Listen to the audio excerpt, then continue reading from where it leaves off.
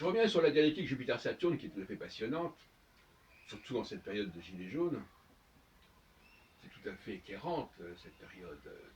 Moi qui n'ai pas bien vécu mai 68, parce que j'étais en Israël, je suis content de vivre 50 ans plus tard, 2018, 50 ans et plus, euh, parce qu'il faut quand même être sur place et vivre les choses au jour le jour pour profiter pleinement de l'enseignement des événements. Alors moi j'oppose Jupiter à Saturne. Parfois ils sont ensemble, parfois ils sont sur la même longueur d'onde, parfois ils ne le sont pas. Euh, Actuellement, je pense que le peuple, et j'ai dit l'autre jour à quel point le peuple était important dans son propos au regard de l'astrologie, parce que c'est par le peuple que les choses se font finalement. Le peuple affirme un rejet ou affirme une volonté, euh, et selon que la planète concernée est forte ou faible, etc. etc. Moi, j'en ai parlé à l'occasion. Alors, je reviens sur Jupiter et Saturne. On pourrait dire que Jupiter, c'est la tactique et Saturne, c'est la stratégie. Jupiter travaille à court terme, Saturne à long terme. Et Saturne s'occupe des faits et Jupiter s'occupe des propos. Alors vous savez que moi, personnellement, ce que disent les gens sur la réalité, ça me paraît très discutable. Certaines personnes croient que parce qu'elles vont tenir tel et tel propos, ça va changer la réalité. C'est d'ailleurs une illusion très répandue finalement. Hein. La force de la parole, la force du verbe. Hein. Il suffit de dire je ne crois pas, je ne suis pas d'accord, je ne suis pas comme ça, et puis voilà, l'affaire est entendue. Ou bien vous n'êtes pas ceci, vous n'êtes pas cela, l'affaire est entendue. Ça, ce sont des propos jupitériens, on ne peut pas dire martiens d'ailleurs. Alors que le saturnien, lui, il voit l'opposition entre les faits et les discours qui sont tenus sur ces faits. Cette dualité, je l'ai formulée en disant qu'il y a une opposition entre surconscience et subconscience. Marx parlerait de l'opposition entre superstructure et infrastructure.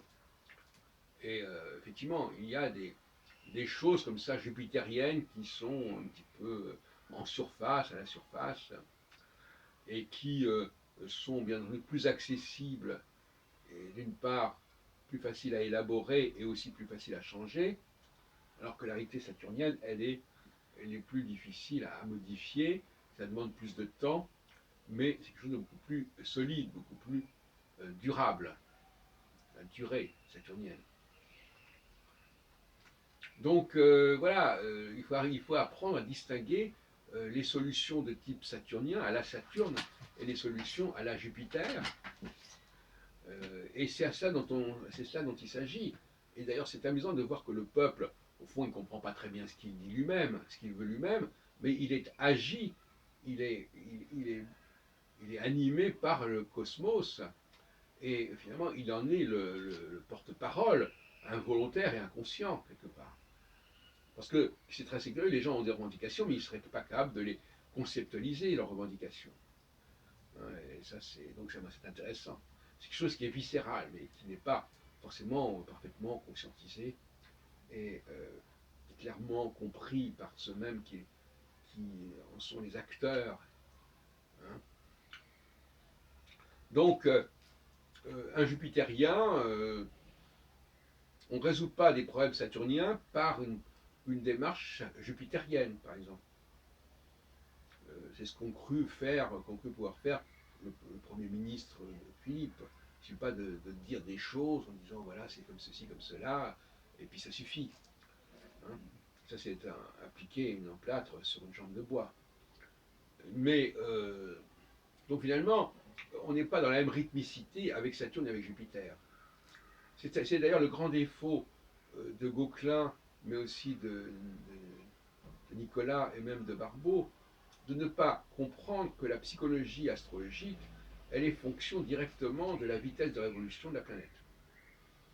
Quand quelqu'un est marqué par une planète rapide, il a un mode de fonctionnement rapide, il a un mode de pensée rapide, il a un mode d'adaptation rapide, mais aussi superficiel. Et quand on est marqué par des valeurs plus profondes, eh bien, on a un mode d'adaptation beaucoup plus long. C'est pour ça que les gens comme Zemmour qui disent, voilà, il n'y a qu'à s'assimiler, etc., c'est un discours jupitérien, c'est pas un discours saturnien.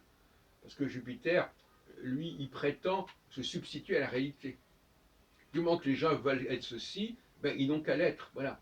C'est ça qu'il dit, Zemmour, dans son destin français ou dans son suicide français. Voilà, il faut avoir cette grille de lecture Jupiter-Saturne pour classer les gens. Donc là, on n'est pas en train de vous dire qu'il y a 12 signes zodiacaux, hein, bon, hein, ou qu'il y a 10 planètes. Non, on est en train de parler de quelque chose de beaucoup plus pointu, mais aussi beaucoup plus binaire. Il y a le discours jupitérien, le discours saturnien. Bon, et accessoirement, le discours martien, qui est un discours alors encore beaucoup plus primaire, et qui est peut-être celui des casseurs, par exemple, là, qui viennent démolir les boutiques ou mettre le feu à des voitures. Ça, c'est encore un autre niveau, encore plus immédiat, avec une satisfaction encore plus immédiate. Puisque Mars est la planète la plus rapide des trois, de loin. Avec ses même pas 2 ans face aux 12 ans de Jupiter et aux 28 ans, 29 ans de Saturne. Donc on voit bien qu'il y a des différences importantes. Alors Gauquelin parle de ces trois planètes. Il les définit d'après des calculs professionnels sur lesquels il a travaillé, mais il ne dit pas que c'est lié à leur cycle et à la vitesse de leur cycle. Nicolas parle de ces planètes, il décrit, il dit que ces planètes, sur le principe, correspondent à une vitesse de révolution, à une distance spatiale, mais il n'en tire pas de conclusion véritablement sur la psychologie planétaire. Pas en termes en tout cas prévisionnels et cycliques, pas à ma connaissance. Quant à Barbeau, bah, finalement, dans sa astrologie mondiale, il met les trois planètes, toutes ces trois planètes, plus d'autres avec Uranus, Neptune et Pluton, dans le même sac, et donc il étudie leur conjonction. Bon, c'est en vrac. Bon, donc finalement, pour terminer, n'est-ce pas, la nouvelle astrologie, c'est une astrologie Jupiter-Saturne. Alors c'est vrai que Jupiter-Saturne, ça a été un des bouquins qu'a dirigé Barbeau au CIA, aux éditions du Centre national d'astrologie dans les années 50, avec des collaborations très intéressantes d'ailleurs. Donc il y a bien un bouquin là-dessus, mais il y a aussi un bouquin sur la Soleil et la Lune, et puis il en a fait un autre sur Uranus-Neptune. Bon, donc bon, alors que moi je dis, la seule dialectique en astrologie, c'est Jupiter-Saturne.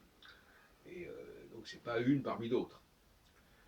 Et d'ailleurs dans son système, on oublie Mercure, enfin bon, peu importe. Mais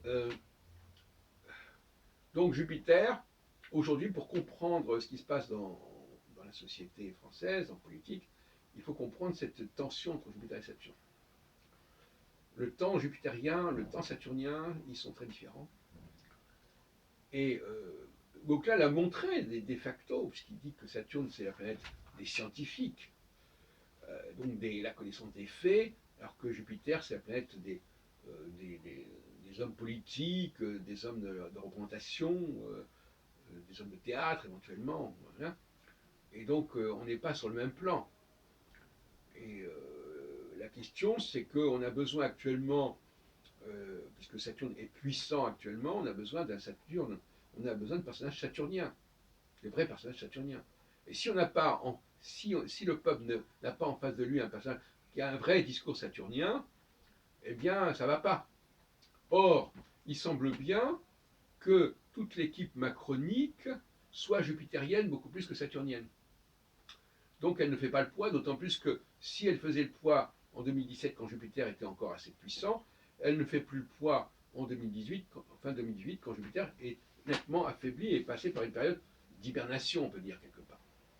Voilà tout le problème, d'où l'idée qu'effectivement, au fond, il faudrait que Macron démissionnât et que de nouvelles élections aient lieu et que l'on puisse élire vraiment des personnages correspondant à la situation. Voilà. Mais comme la Constitution est ainsi verrouillée, comme il y a un quinquennat et qu'il n'y a même pas d'élection législative, comme c'était le cas sur le septennat pendant le mandat présidentiel, eh bien, on est bloqué, et donc par conséquent, il peut toujours. Alors, la seule solution serait éventuellement de nommer un Premier ministre saturnien, mais encore faut-il le trouver, mais c'est la seule solution.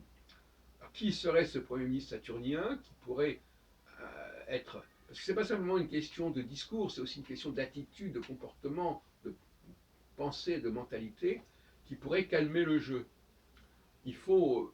Le peuple est saturnien actuellement, il est dans une mentalité saturnienne, une logique saturnienne, et il lui faut en face de lui un gouvernement avec à sa tête un saturnien.